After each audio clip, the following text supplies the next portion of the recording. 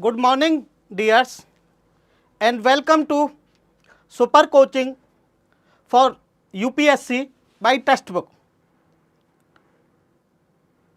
And today we meet here to discuss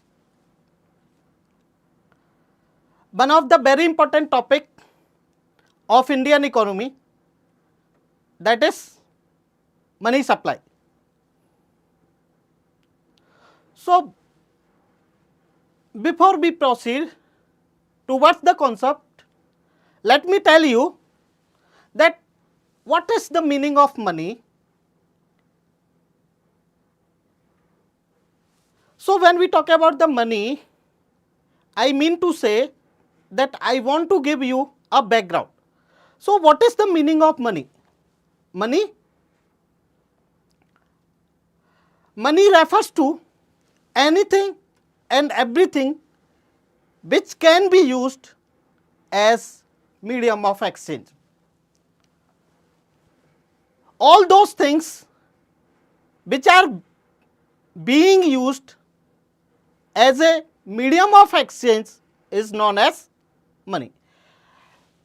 In ancient time or in medieval time, peoples were using a water system, and under the water system, kinds and goods were having the recognition of money, because kinds and goods were being used by the individuals or public as a medium of exchange. Therefore,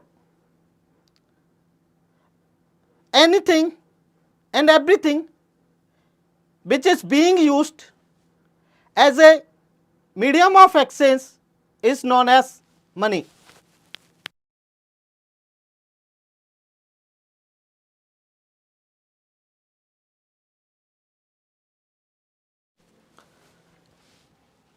Being used as money.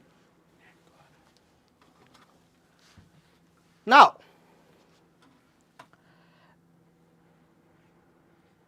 as we advance, what happened that in the modern time, rupee is considered to be money. So, now rupee has the legal tender. At the same time, it is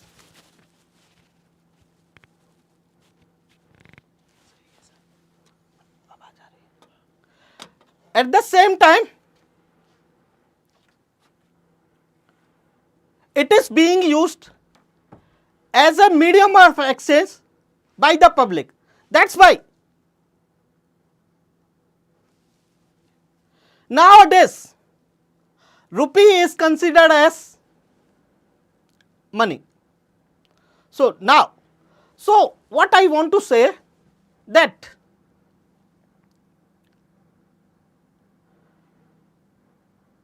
anything and everything which is being used as the medium of exchange is known as money. So, now and in today's session we will try to understand that what is the meaning of money supply and why we measure the money supply. What is the need for measuring the money supply? Because this is very important concept. Okay. So, there is need to understand that why there is need to measure money supply, and RBI is instrumental for measuring the money supply. So, what happened, as I said in our previous lecture as well, that when money supply, what happened? Money supply is nothing but money in the hands of public at a particular point of time. So, when there is more money supply than required in the economy, then it may lead to inflation in the economy, because it will create aggregate demand. So, aggregate demand will increase if money supply is going to increase. At the same time, it may, because of that, it may lead to inflation. Whereas there is scarcity of money supply in the economy, what happened? In that condition, that will lead to decrease in aggregate demand.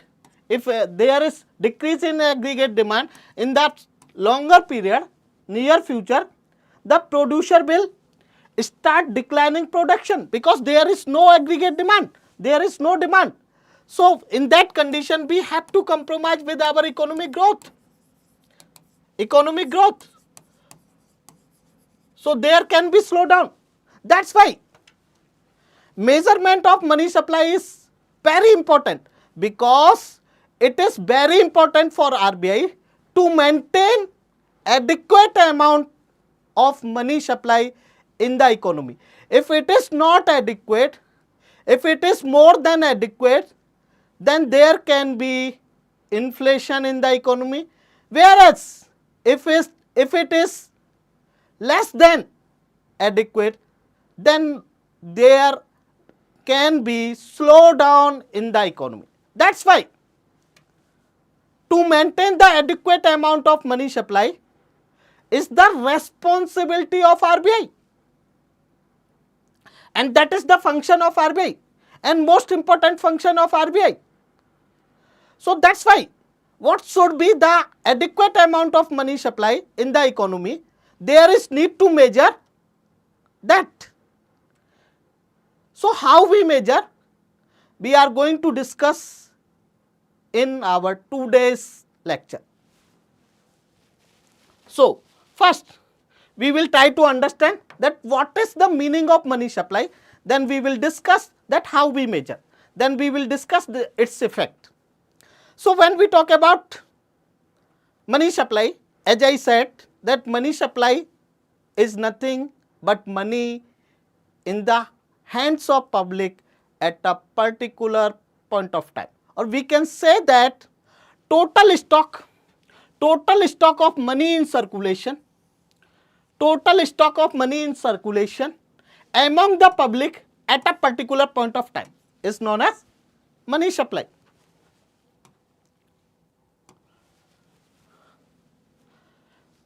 But there is need to differentiate total stock of money and money supply. What is total stock?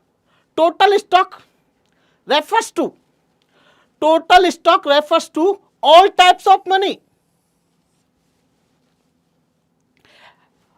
held by the public at a particular point, whereas money supply refers to only that part of total stock of money which is being held by public at a particular point of time. I am going to repeat once again. What is the meaning of this? The meaning is that money supply, when we talk about the money supply, or let me explain it more clearly, when we talk about the economic variables, the economic variables can be categorized under two categories. One is known as stock variable, other is known as flow variable.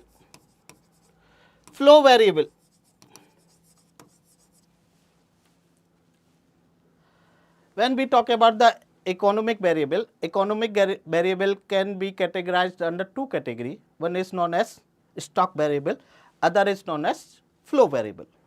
What is the meaning of stock variable? The meaning of stock variable is that measurement of economic variable is taking place at a particular point of time, whereas flow variables are those variables which is being measured over a period of time,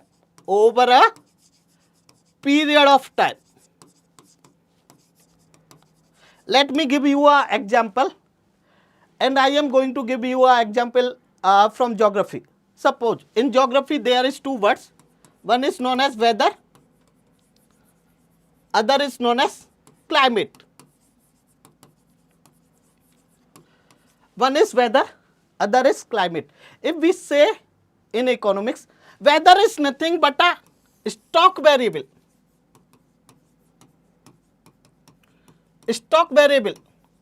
and climate is nothing but a flow variable. What is the meaning? That because climate is always measured over a period of time. Climate is nothing but average weather condition of a region for 30 or 40 years. Whereas weather is nothing but the environment condition at a particular point. It may be 1 hour, 2 hour, 3 hour, 1 day, 2 day. So similarly, when we talk about the economic variable, that is stock variable and flow variable. So when we talk about the money supply is also a stock variable, meaning money supply is always measured at a particular point of time. And as I said that it is nothing but total stock of all kinds of money held by public at a particular point of time. Held by public, here the word public includes all the economic entities except one is banking system,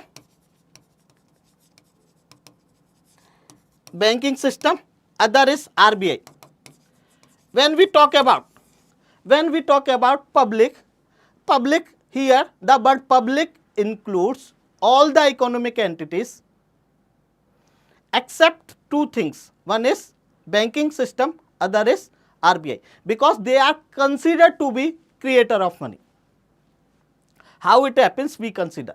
So that means when we talk about the total stock of money, as I said that money supply is that part of total stock. When we talk about the total stock, we are going to include all that money which is being held either by banks or being held by RBI. But when we talk about the money supply is that part of total stock of money which is being held by public only. And under the definition of public here, we include all economic entities but not banking system and RBI. So let me summarize the definition of money supply. Money supply is total stock of money in circulation held by public at a particular point of time. And here the word public includes all economic entities except banking system and RBI. Clear? I think it is very clear. So, and money supply is a part of total stock of money, because when we talk about the total stock of money, total stock is going to include money held by banking system as well as money held by RBI also. So that is the, and since it is measured at a particular point of time and it is the money in the hands of the public, therefore at a particular point of time it determines the purchasing power of public, or we can say that it determines the total demand of the economy. That is known as aggregate demand. That's why on the basis of this money supply only, be the case of demand or be the case of supply is going to take place. That's why it is very important for RBI to measure money supply in the economy. Now, I think it is very clear. Now, we are going to proceed further and we are going to discuss the measures of money supply. How money supply is being measured in India.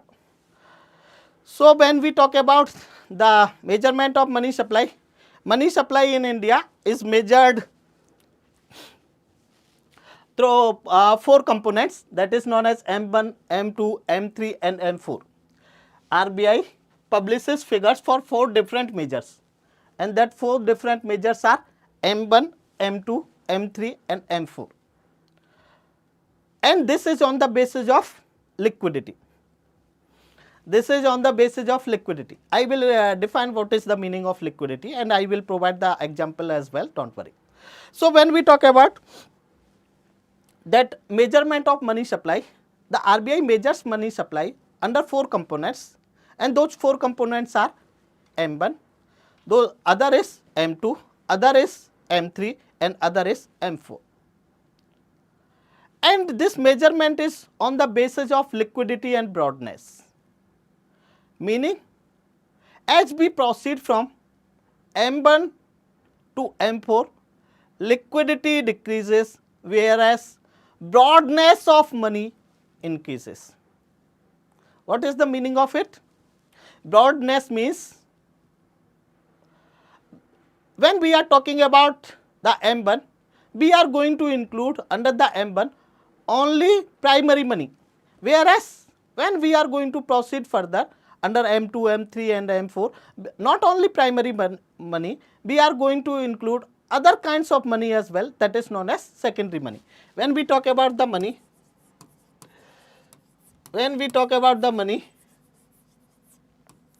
money not supply, sorry, when we talk about the money, it is not supply. When we talk about money, this money can be categorized under 2 categories. One is known as primary money, other is known as secondary money.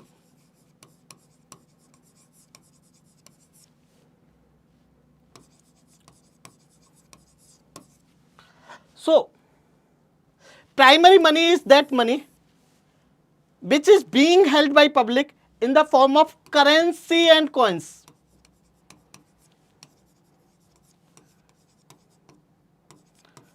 Primary money is that money which is being held by public in the form of currency and coins, whereas secondary money and all other kinds of money is considered to be secondary money. It may be bank deposit, that means pupils are having the bank deposit, okay, and that bank deposit may be in the form of demand deposit and time deposit, we will discuss. So, that means all other kind of money other than currency and coins which is being held by public, whatever money is being held by public in the banks, that may be in the form of deposits, that is known as secondary money. That is known as secondary money. So, this is most liquid or 100% liquid. So, under the M1, we include that money which is 100% liquid. What is the meaning of liquidity or liquid? I am using word liquid. Liquidity means how easily we can convert one form of asset into cash with minimum loss of value and time. I am going to repeat once again. Liquidity refers to easiness to convert forms of asset into cash with minimum loss of time and value. Like we went to market, okay, and we have the currency, that is 100 rupees or 200 or 500 rupees. 500 rupees are no more. So, suppose we have the 100 rupees and 200 rupees, okay, and we want to purchase something. If we want to purchase something, we can simply give the money to that seller and we can get it, okay. So, this is liquidity. Whereas, if we have the credit card or debit card, can we the purchase?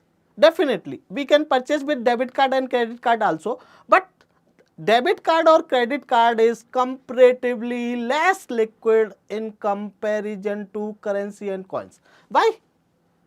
They are less liquid because in order to use this credit card or debit card, either we have to go to ATM or we have to verify the credentials, then only the transaction can take place.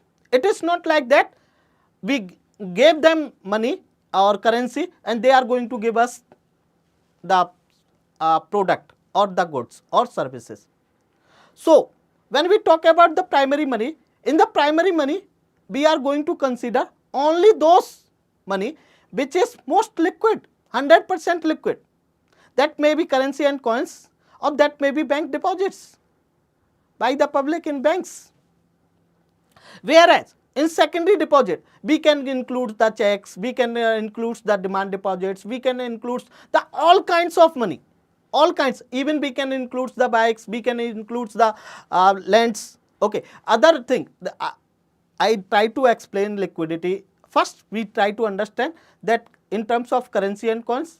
Then we try to understand in terms of debit card and credit card. Now, I am going to give you another example. Suppose you have the land. Okay, and land is less liquid even than a debit card or credit card. How? That if you want to have the currency with that land, what do you have to do? You have to sold out that land. Okay, and for that you have to do lot many formalities. Then only you can get the currency. So liquidity refers to how easily the forms of assets can be converted into cash with minimum loss of time and value. Similarly, our bike, our car can also be considered as money, but they are less liquid. So this is the meaning. So when we talk about the measurement of money supply, the money supply is measured under 4 components, and those 4 components are M1, M2, M3 and M4. And as we proceed from measurement of M1 to M2, M2 to M3 and M3 to M4, liquidity decreases whereas broadness increases, meaning M1 is most liquid, after that M2 is liquid, after that M3 is liquid, after that M4 is liquid. But when we talk about the broadness, M1 is least money. That means it is going to include only currency and coins. That's why it is least liquid. Broadness, we are not going to consider only the currency and coins, but others also. So M1 is least broad. Then M2, we are going to include other things also in M2. Then M3, then M4. M4 is the broadest money or broader money. So we can say that M1 is most liquid money, whereas M4 is most broader money. So UPSC may ask you people the arrangement of measurement of money supply in increasing or decreasing order with respect to liquidity or broadness. So you people must be in position. You people must be in position to arrange it. I think it is very clear. Now we are going to proceed further, and now we are going to discuss that how we measure and what we include under M1, what we include under M2, what we include under M3 and what we include under M4. So when we talk about M1, but before including that, understanding it, there is need to, let me give you a background again. Okay, that's why people think that economy is little tricky, undoubtedly, but it is most simpler. If your concepts are clear, then nothing is more interesting than economy, and top of that, nothing is more important than economy as well, as per UPSC, because this is the only subject which have the maximum weightage, maximum weightage. So that is the thing. So when we talk about the measurement, that what we include under M1, what we include under M2, what we include under M3, what we include under M3, there is need to understand certain things that because I will use these words repeatedly. I will use these words repeatedly. So that's why to have the concept clarity, these are very important. And for that we are going to discuss bank accounts. So when we talk about the bank accounts, please listen me very carefully. When we talk about the bank accounts,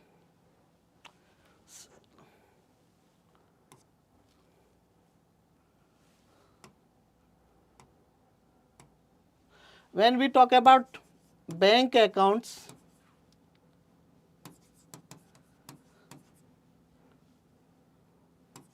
when we talk about bank accounts, these bank accounts can be three types. Listen me and listen me very carefully. When we talk about the bank accounts can be three types. One is saving account, other is known as current account, other is known as fixed deposit or recurring deposit. Same thing, under the recurring deposit you have the facility to pay the amounts of your fixed deposit in installment, whereas under fixed deposit you have to pay the amount at one go. So when we talk about the bank account, it can be people, public is going to open their accounts in the form of either they are going to have the saving account, they are going to have the current account, or they are going to have the fixed deposit. So that means generally household sector has the saving accounts. Generally household sector has saving account, household sector and salaried people. Salaried people, that's why household sector we are talking about. So household sector has the saving account, opens salary account, household sector. Business pupils generally open current account. So business sector opens the current account, whereas this FD, why it is like that? Because I already discussed when I was discussing what I was discussing banking system. At that time I said that there is a transaction of money from surplus area to deficit area. So that means generally the household sector has the surplus of funds and the business sector needs the fund. So that business sector needs the fund, at the same time there is lot many transactions. That's why business sector opens the current account. So time being we can say that saving account is being opened by household sector. Generally it is not rule, okay, and current account is generally opened by business sector, and FD is again opened by the household sector, okay, individuals. So when we talk about the saving account, okay, this is most important. Saving account, the money in saving account is being held by the banks in two form. One is demand deposit and time deposit. Be very clear, please dears, listen me and listen me very carefully. This is most important, then only we can have the concept clarity about M1, M2, M3 and M4. So I am going to say, when saving account is being opened by the public or individuals in the banks, banks is going to maintain their account, maintain their money. And when they are going to maintain, because as I said that they are also commercial banks and they are working for commercial purpose, so they maintain that they accept the deposit and they lend the deposit. So they in between they earn the profit, that is known as spread. We discussed it already when we were discussing the banking system, okay. So they work for the spread, and there is, in order to understand earn the spread maximum amount, that means they have to maintain the accounts of public in two form. One is demand deposit, other is time deposit. Demand deposit is that part of total deposit which is being held by the banks in the form of demand. Suppose dears, someone is having the account of 100 rupees. Now this is the responsibility of the bank, that how much amount the banks should maintain in the form of demand deposit and in the form of time deposit. Demand deposit is that part of deposit which is being held by the banks in the form of liquidity, which can be withdrawn by the depositor at any time. Demand deposit can be withdrawn. Demand deposit can be withdrawn by the depositor at any point of time. But time deposit can only be withdrawn by the depositor after a definite period of time. So, this is the responsibility of the banks to maintain the money of depositor, and they are going to maintain that money of depositor in case of saving account in the form of demand deposit as well as in the form of time deposit. And through their experience, they come to know that how much will be demand in the economy. So that, and they want to maintain maximum amount in the form of time deposit, because if they will maintain the fund in time deposit, then only they can earn the profit, because they can lend out it. They cannot lend out to demand deposit, because that is the part of deposit which can be withdrawn by the depositor at any point of time. So, they, in order to earn the spread, they want to maintain maximum amount in the form of time deposit, so that suppose out of 100 rupees they are going to maintain 10 rupees in demand deposit, 90 rupees in time deposit. So that means this is the amount which can be lent out by the banks, and this is the amount on which they can make the spread. If this is going to be lesser, suppose this is going to be 80, then their spread is going to be reduced. And how banks can come to know that what should be maintained in the form of demand deposit and what should be maintained in form of time deposit? Through their experience. Banks come to know that what will be the total demand. During the festival time, the demand increases. So, as I said that saving account is opened by generally by the household sector, and that is in the form of demand deposit. Banks maintain that part of deposit in the form of demand deposit as well as in the form of time deposit.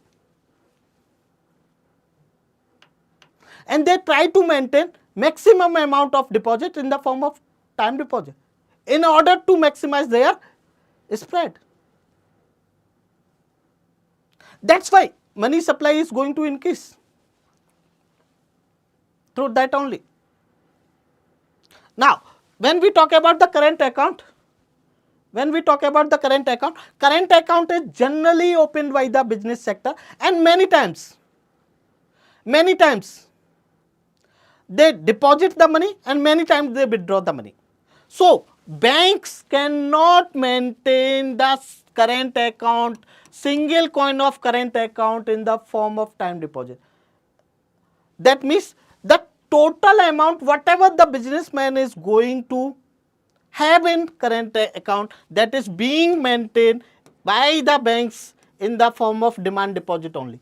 Since they have to maintain in the form of demand deposit only, that is the responsibility. They are giving you that security to your money. So that is the liability of the banks. That's why on the current account, the banks do not pay any interest. Rather, they charge the fee, because they are giving the security to your money, because this is the amount which is being maintained completely in the form of demand deposit. So they cannot lend out. They can lend out only through the time deposit, and they can earn the profit. So this is a liability. That's why they charge a fee on current account rather than paying the interest. Whereas in case of saving account, they are paying you interest.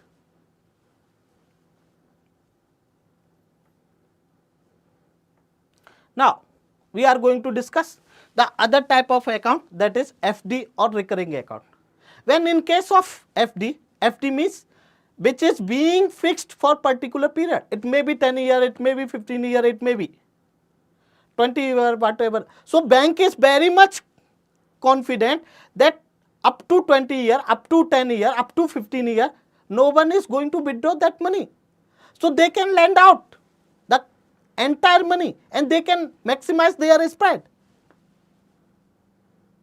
That's why the banks gave comparatively high rate of interest on FD in comparison to saving accounts, because they are in position to lend out entire money, and the depositor do not have the right to withdraw the money before the maturity period.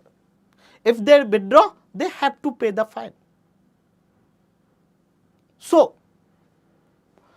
recurring deposit or fixed deposit is generally maintained in the form of time deposit only. I am going to repeat once again.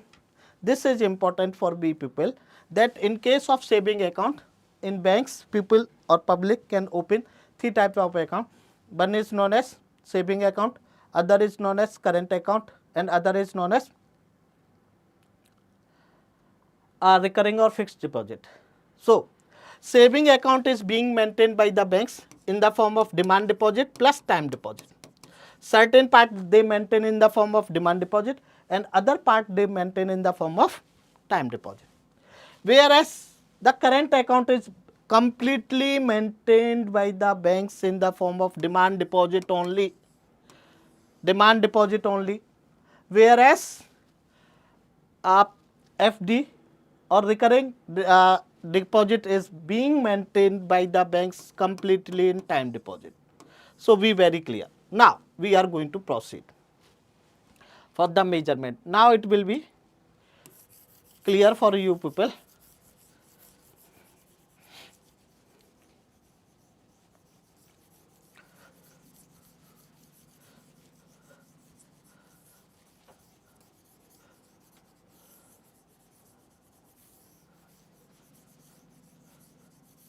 So, this should be in your mind.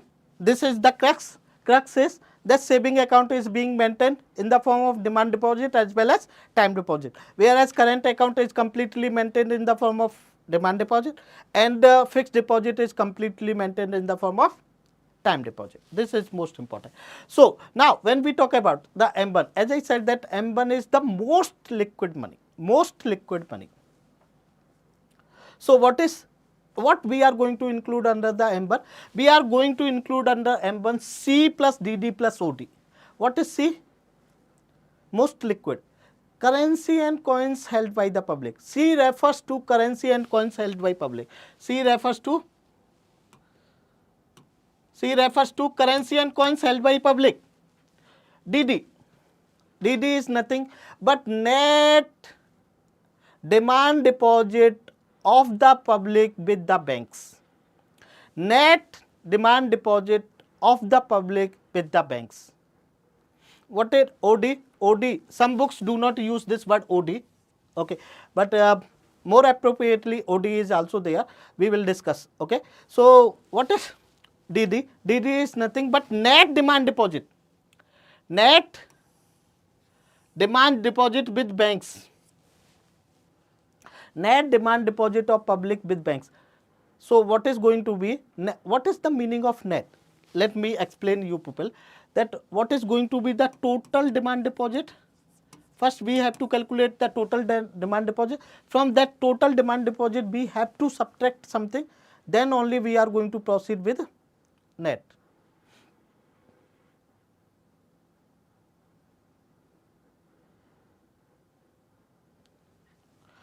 Liquid money means, liquid money refers to, my dear Manjula, liquidity, as I said that liquidity refers to how easily you can convert forms of asset into cash. Okay, like I said that currency and coins are most liquid. Currency and coins are most liquid. When we proceed after the currency and coins, we can say that credit card and debit cards. That means you can make the payment with credit card and debit cards as well, but you need to have the verification. Okay, you have to put your credentials, then only the transaction is going to be completed. It is not like that currency, that you give the currency and the transaction is going to be completed. So that means credit card or debit card, demand deposits or checks, they are also the money. They are also, but they are less liquid in comparison to currency and coins.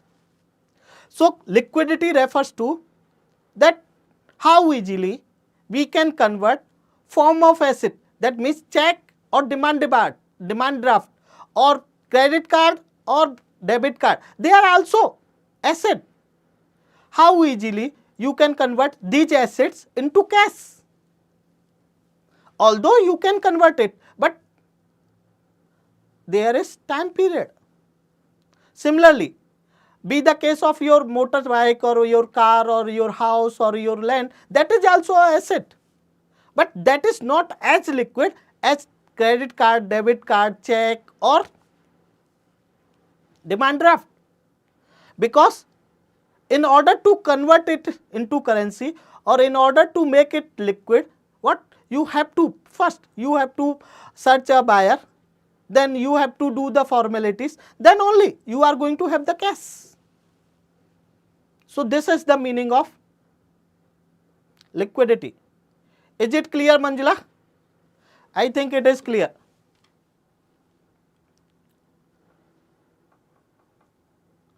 Is it clear?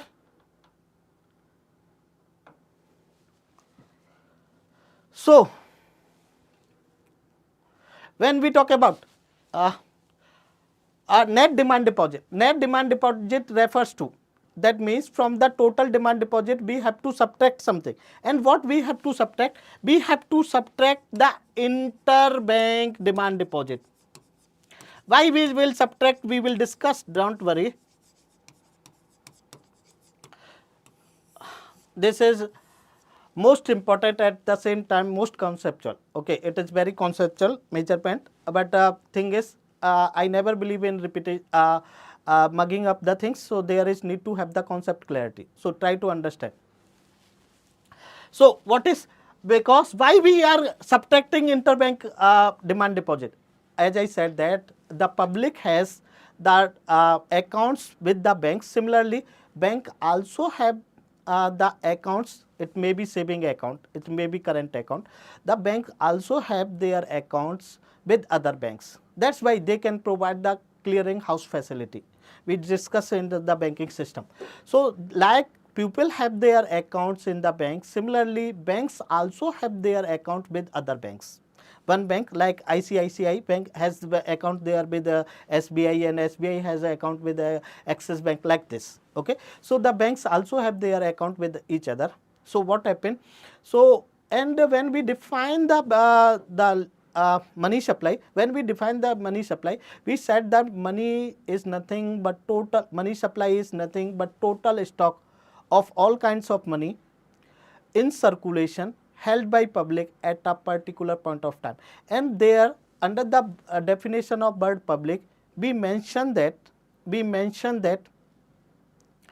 we include all economic entities except banking system and RBI, since they are the creator.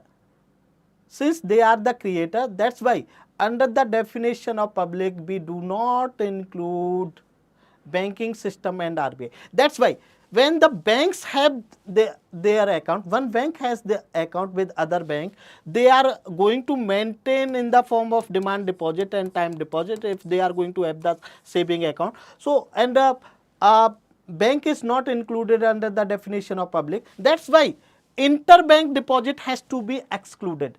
Interbank deposit has to be excluded in order to get the net demand deposit.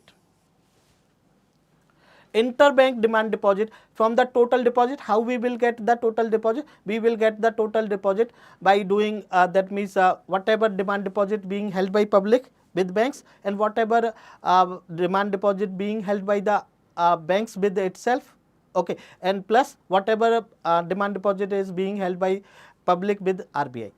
Okay. From this total demand deposit, we have to subtract the interbank demand deposit, because under the definition of public we do not include bank. That's why. So net demand deposit means total demand deposit minus interbank demand deposit. Interbank demand deposit.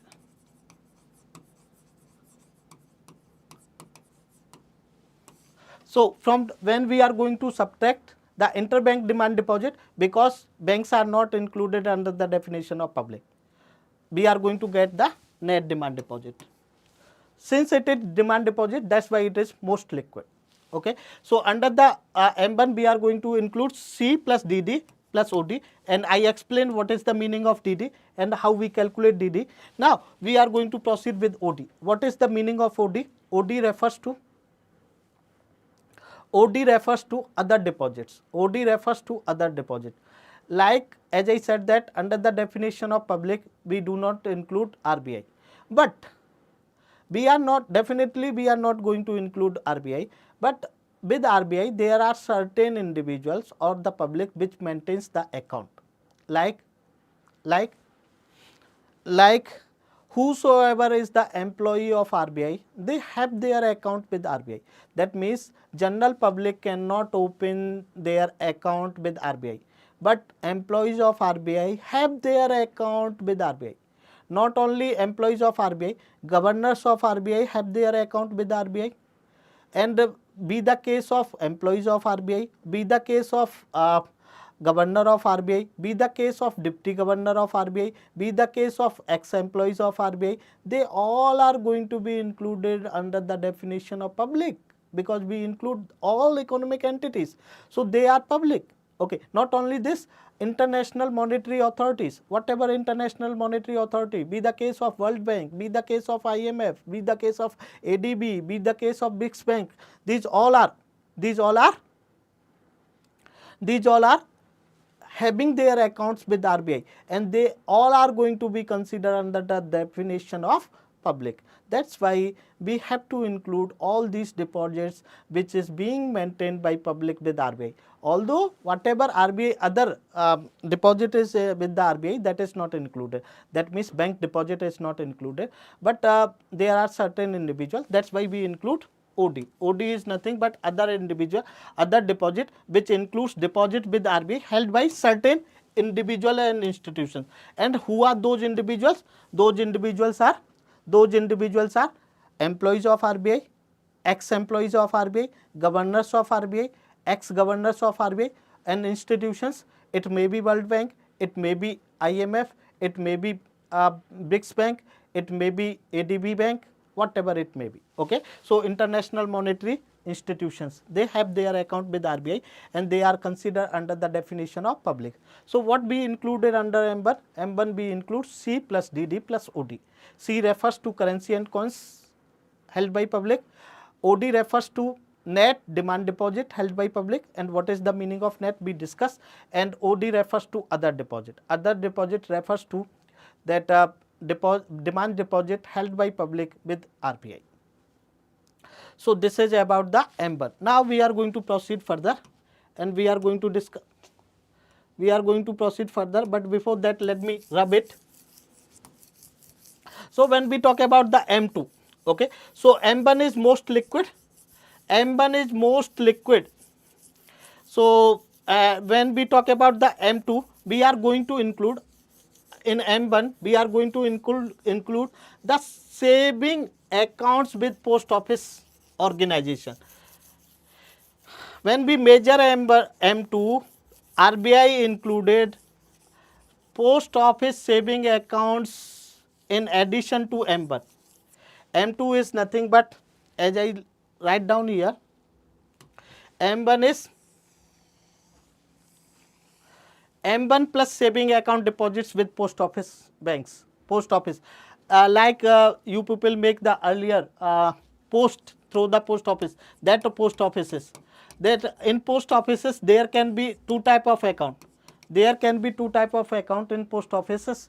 It can be saving accounts or it can be fixed deposit. Be very clear that in case of post offices there can never be current account. In post offices there can never be current account. There can only be post offices can open in post offices earlier. This is most important to have the financial inclusion, and in order to have the financial inclusion for far-flung areas, earlier banking organizations was not there in rural areas, so post offices was giving that the facility of banks. Okay, so in order to that financial inclusion, the post offices can have two type of account. One is known as saving account. In the post offices there can be saving account and there can be FD, and there can never be current account in case of post offices. So in saving account is maintained in the form of DD plus TD or DD only, we can say DD, and in FD it is completely maintained in the form of time deposit. Okay, so under the M2 what we are going to include, that this is also liquid. M2 equal to M1 plus saving accounts deposits with post office organization. So whatever deposit is there under the saving account in all the post offices in India, that is going to be included under M2. That is going to be included under M2.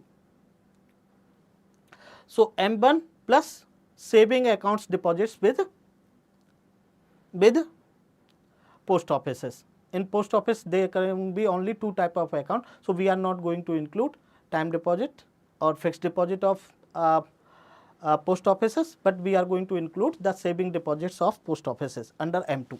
Now we are going to proceed further and we are going to discuss the next,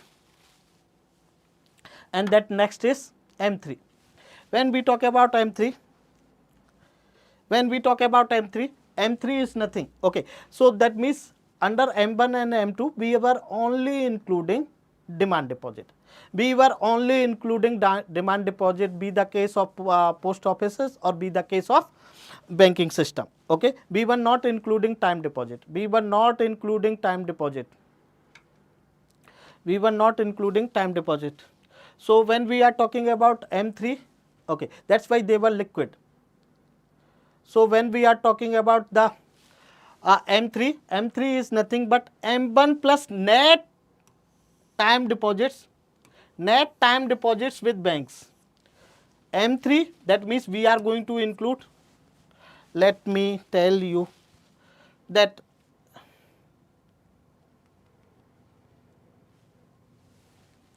when we were talking about the accounts in banking system, we were saying that there can be three type of accounts: saving accounts, current account and FD. Saving account is maintained in the form of demand deposit plus time deposit only. Current account is maintained in the form of demand deposit only, and FD is maintained in the form of time deposit only. So when we want to calculate under the M1 total deposits, so we have to include the part of the demand deposit in saving account plus whole deposits of current account. That is going to give us the whole deposits of current account. That is going to give us the time total deposits under M1. From that we excluded interbank deposit. So that gives us DD. Okay. Here similarly, here under the M3, what we are going to include M1? M1 means we are going to include C plus DD plus OD plus net time deposit. In order to get the net time deposit, there is need to understand what is going to be total time deposit. What is going to be total time deposit? That part of saving account which is being maintained by banks in the form of time deposit. Okay, this part of saving account plus total deposits of banks with total time deposits with banks. So total demand deposits, or sorry, not total demand deposit, total time deposit is equal to that part of time deposit in the saving accounts which is being maintained by the banks in time deposit plus total deposits with banks in the form of DD. Total deposits with banks in the form of DD, that is going to give us the total time deposit.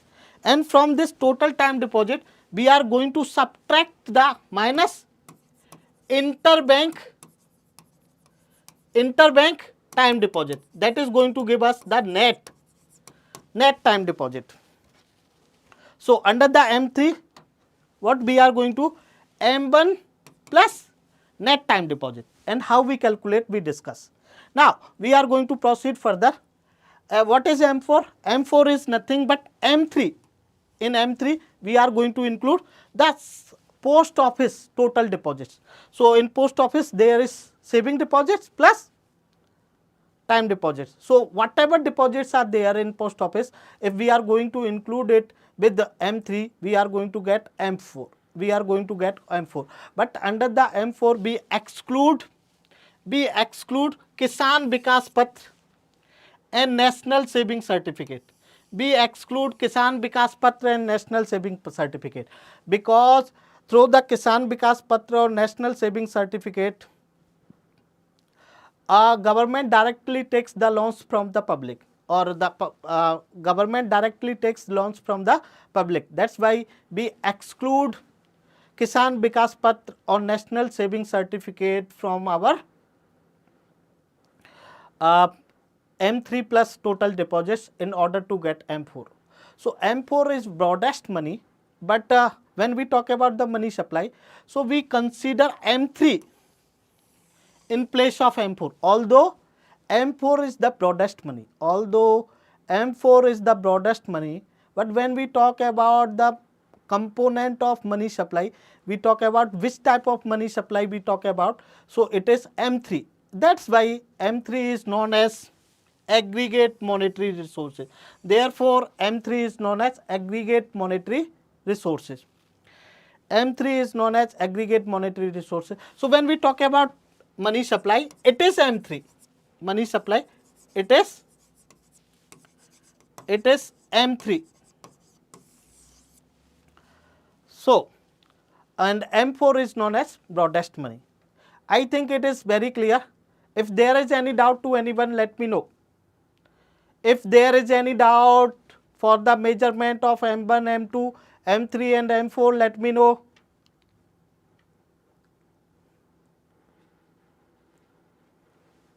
Now, we are going to proceed further and we are going to discuss the effects. We are going to discuss the effects of money supply. Okay. So what happened? When there is increase in money supply, there is lower interest rate. Okay. It is very clear. When money supply means money in the hands of public. Okay. And when the public will tend to hold the money in hands, when there will be lower interest. When there will be lower interest, people, rather than depositing their money, the pupils will tend to hold the money. Okay. So whenever whenever there is more money supply, the interest rate are generally low. That's why in order to control the money supply, we increase, or RBI increases the interest rate. Okay. So generally what happen? Generally when there is money supply, more money supply, the interest rate are low. Interest rate are generally low. Okay. So when there is more money supply, interest rate are low. Okay. That's why when interest rate are low, it motivates what it signifies for the producer? It signifies the producer that with there is money supply, so there is a demand in the economy, and since the interest rate are low, so that's why it motivates the producer or entrepreneur to take the loans and to do the business. That's why it motivates the economic activities in the economy. It motivates the production activity in the economy. So when there is more money supply is increased. Okay, so it stimulate spending, generally investment, and putting money in the, okay, so that's why whenever there is more money supply, the interest rate is low, which gives the indication to the producer to produce more, and because they have this idea that there is no scarcity of demand. Okay, so it motivate the economic growth. Okay, and business response, production and ordering more raw material. We explain it. They need to labor rise, company activity rises, generally employment. When they produce more, that means production will be more. When there will be increase, then the in order to produce more, the producer will employ more. Employment will increase. The employment will increase. The further purchasing power of people will increase. So aggregate demand will increase. So further production will increase. Okay. So this is virtuous cycle. Generally, what happen? Sometimes there may be that the money supply more than adequate, then it may lead to inflation as well. Okay, if it increase disposable income, okay, employment, purchasing power increase, because it increases the purchasing power, that's why it increases the disposable income, and because of that there can be demand for certain goods, and which can be instrumental for inflation in the economy. So in crux we can say that, in crux, when we talk about the effects of money supply, when we talk about the effects of money supply in crux, we can say that whenever there is money supply in the economy, interest rates are generally low. Second thing, it motivates the producer to produce more, which increases economic growth rate and employment rate in the economy, which is good for the economy. But at the same time, if money supply is more than required, many times it may lead to inflation in the economy. This is the crux of the effect. Now we are going to proceed further, and we are going to discuss the effect of decrease of money supply. So whenever there will be decrease in money supply, that means pupils do not have the money in their hand, that means people have less money in their hand, and when the people will have less money in their hand, people will have less money in their hand when there will be high interest rate. So generally when there is a decrease in money supply, when there is decrease in money supply or scarcity of money supply, interest rate in the economy is generally high. Interest rate in the economy is generally high. Okay, since interest rate in the economy is generally high, at the same time there is scarcity, that peoples do not have money in their hands. That's why it gives the indication to the producer that there is no demand in the economy. At the same time, the cost of production also increases, because if there is high interest rate, the producer will get the loans to produce at higher interest, which will increase their production cost. That's why it demotivates the production activity, or it demotivates the economic activities in the country, and it may be instrumental, because of that it may be instrumental for slowdown in the economy. At the longer time, if the measures are not taken, it may also be instrumental for the recession in the economy. Recession in the economy. Recession refers to slowdown continuously for 2 quarters. Slowdown, there is slowdown or negative growth rate for consecutively 2 quarters. That is known as recession. So let me summarize it, that when there is decrease in money supply, how it is going to affect. First thing is, when there is decrease in money supply or less money supply in the economy, what it refers that people have less money in their hand. And when people will have less money in their hand, when there is high interest rate, so rather than holding money, they will try to deposit the money.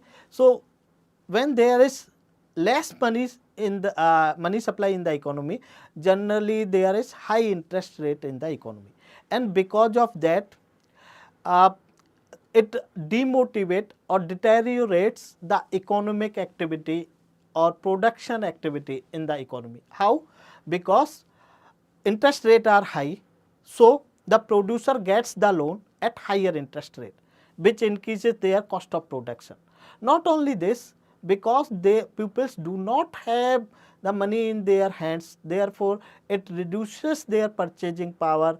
Because of that, producer has this idea that there is no demand. That's why the producer reduces the production rather than increasing the production, which demotivates the economic growth rate or slow down the economy.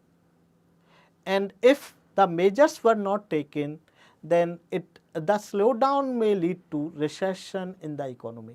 In summary, we can say that when there is decrease in money supply, the interest rate are generally high, and decrease in money supply is instrumental for deterioration of economic activity or production activity, and it may lead to slowdown in the economy. And today we finish here only. Thank you very much, dears. Thank you. And to join my classes, share, subscribe and like these classes. And tomorrow we will meet again at 8:30. Thank you. Do not forget to join my class. Thank you very much, dears. Thanks a lot.